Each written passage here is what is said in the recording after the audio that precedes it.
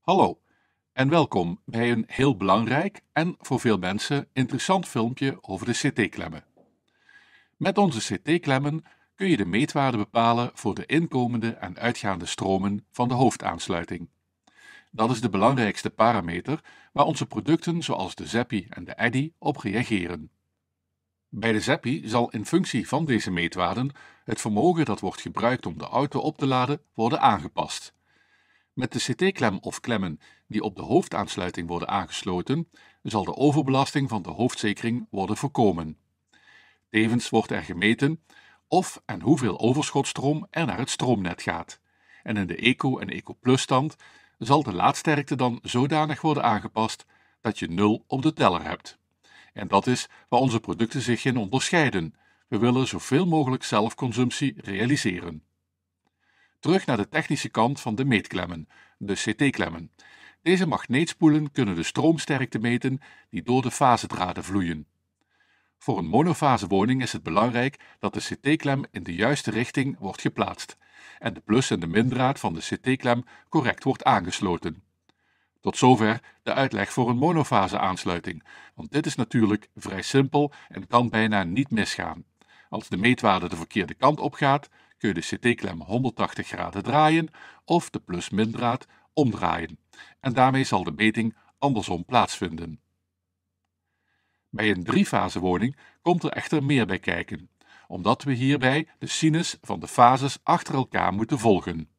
Het is bij een driefase aansluiting dus niet alleen belangrijk om de richting van de CT-klem en de plus-min juist aan te sluiten, maar hierbij moeten we ook de 3 onderlinge CT-klemmen in de juiste volgorde plaatsen, zodat zij L1, L2 en L3 en dus de sinussen van deze fases achter elkaar volgen. Als de volgorde verkeerd is, zullen de meetwaarden alle kanten opgaan. En krijg je 's nachts het idee dat er zonnestroom wordt opgewekt, of zul je overdag denken dat je huis heel veel stroom verbruikt, terwijl dat in werkelijkheid niet zo is. Het grote probleem is dat je feitelijk niet kunt weten welke binnenkomende fase de L1, L2 of L3 is. In Nederland zijn de inkomende fases zelfs vaak alle 3 bruin of zwart en is er ook geen zekerheid dat de linkse L1 is enzovoorts. Hoe kun je de CT-klemmen op de juiste volgorde controleren? Allereerst gaan we de CT's voor de hoofdaansluiting controleren. Belangrijk is dat je eerst de zonnepanelen moet uitschakelen. Het is namelijk belangrijk dat er een minimale belasting is van ongeveer 500 watt per fase. En daarvoor moet je dus op elke fase een heleboel apparaten gaan inschakelen, zodat je zeker bent dat je minstens die 500 watt belasting kunt creëren uit het net. Eenvoudiger is het dan om de auto aan te sluiten en de Zappi in te stellen op de fast mode. Als je een auto hebt die op 3 fasen kan laden, kun je vanaf dat moment zeker zijn dat elke fase van een behoorlijke belasting wordt voorzien. Als je een auto hebt die slechts op 1 fase kan laden, maakt dit het controleren van de CT-klemmen wel moeilijker. Je zou dan op de tweede en derde fase in de woning alsnog een aantal apparaten zoals de kookplaat, de oven of de wasdroger kunnen inschakelen. In dit voorbeeld gaan we de CT-klemmen aansluiten met een vaste bedrading tot in het Zappi-toestel. Begin met de eerste CT-klem. Het doet er niet toe welke je gebruikt. Je weet immers niet of de eerste de L1, L2 of L3 gaat meten. Dat kun je wel controleren in de Zappi. Ga daarvoor naar het geavanceerde menu en kies bij de CT-instellingen voor de laatste regel Meetwaarden. Op de voorlaatste regel van dit menu wordt dan de power factor weergegeven. Bij CT1 kun je deze nu aflezen, want je hebt alleen de eerste CT-kabel aangesloten op de CT1 in de Zappi. Als de waarde van de power factor nu hoger is dan positief 0,9, meestal 0,99 of 1,00, dan heb je geluk en mag je CT1 als correct beschouwen. Als je een negatieve waarde hebt tussen min 0,30 en min 0,70, dan zit deze CT-klem niet op de juiste ingang in de Zappi. Probeer de CT-kabel nu op CT2 en vergelijk opnieuw de power factor in hetzelfde menu. Heb je nu opnieuw een waarde die negatief tussen min 0,30 en min 0,70 zit, dan moet je nogmaals wisselen en de kabel op CT3 aansluiten. Eén van deze 3 ingangen moeten een positieve waarde van hoger dan 0,90 aangeven. Als je op één van de ingangen wel hoger dan 0,90 krijgt, maar de waarde is daar negatief, dus bijvoorbeeld min 0,99, dan kun je met grote zekerheid zeggen dat deze wel op de juiste ingang zit, maar de klem zit dan 180 graden verkeerd op de fase aangesloten. Je kunt dit eenvoudig oplossen door ofwel de CT-klemmen om te draaien, of de plus-min van de CT-draad in de ZEPI om te wisselen. Als je eenmaal de eerste CT-draad correct hebt aangesloten, kun je hetzelfde doen met de tweede CT-klemkabel. Nu heb je nog 50% kans dat je de verkeerde ingang hebt. Als ook de tweede kabel een goede power factor heeft, kun je de derde CT-klemkabel aansluiten op de overgebleven poort. Zorg dus dat je uiteindelijk alle 3 de CT-klemmen hebt aangesloten en dat de meetwaarden alle 3 positief 0,90 of hoger aangeven. Nu mag je de zonnepanelen weer inschakelen. We gaan nu de meting van de zonnepanelen controleren. En deze wordt vaak aangesloten via een Harvey. Daarmee kun je de CT-klemmen draadloos verbinden met de Master ZEPI of Eddy.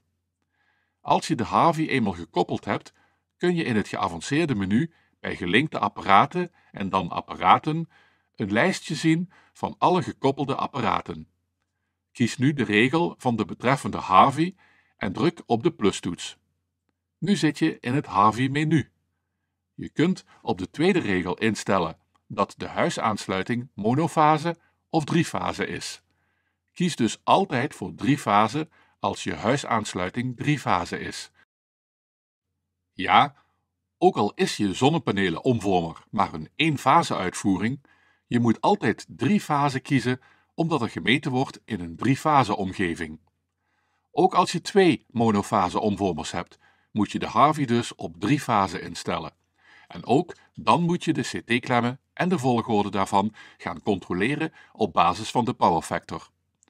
Op de derde regel in het Harvey-menu kun je met de plustoets de keuze maken wat er gemeten wordt.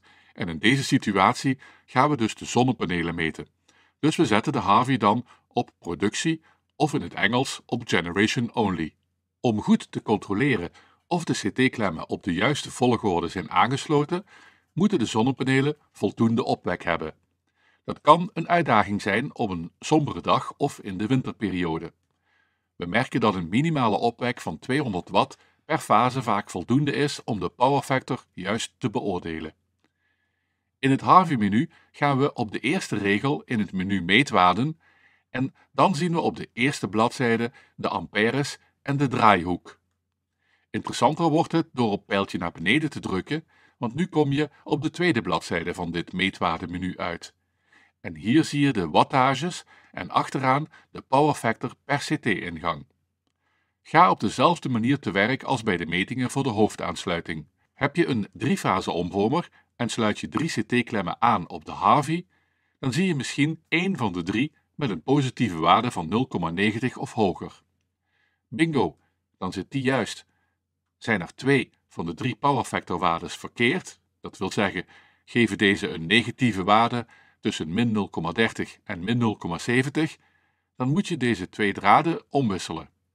Heb je een negatieve power factor van boven de min 0,90, dan zit deze wel op de juiste aansluiting, maar is de richting van de CT-klem verkeerd of de plus-min draad verkeerd aangesloten. Doel is dus ook hier op 3 keer een positieve waarde van boven de 0,90 te krijgen. Bij 1 of meer monofase omvormers moet je evengoed een positieve 0,90 of hoger krijgen. En moet je de CT-ingang kiezen die deze waarde aangeeft. Die komt dan overeen met de fase waarop de omvormer is aangesloten. Heb je dit precies zoals beschreven gedaan, dan ben je 100% zeker van de juiste uitlezingen. Ben je geslaagd met de installatie van deze ZEPI en kun je jezelf een kenner noemen van de slimste laadoplossing op de markt, de My Energy ZEPI.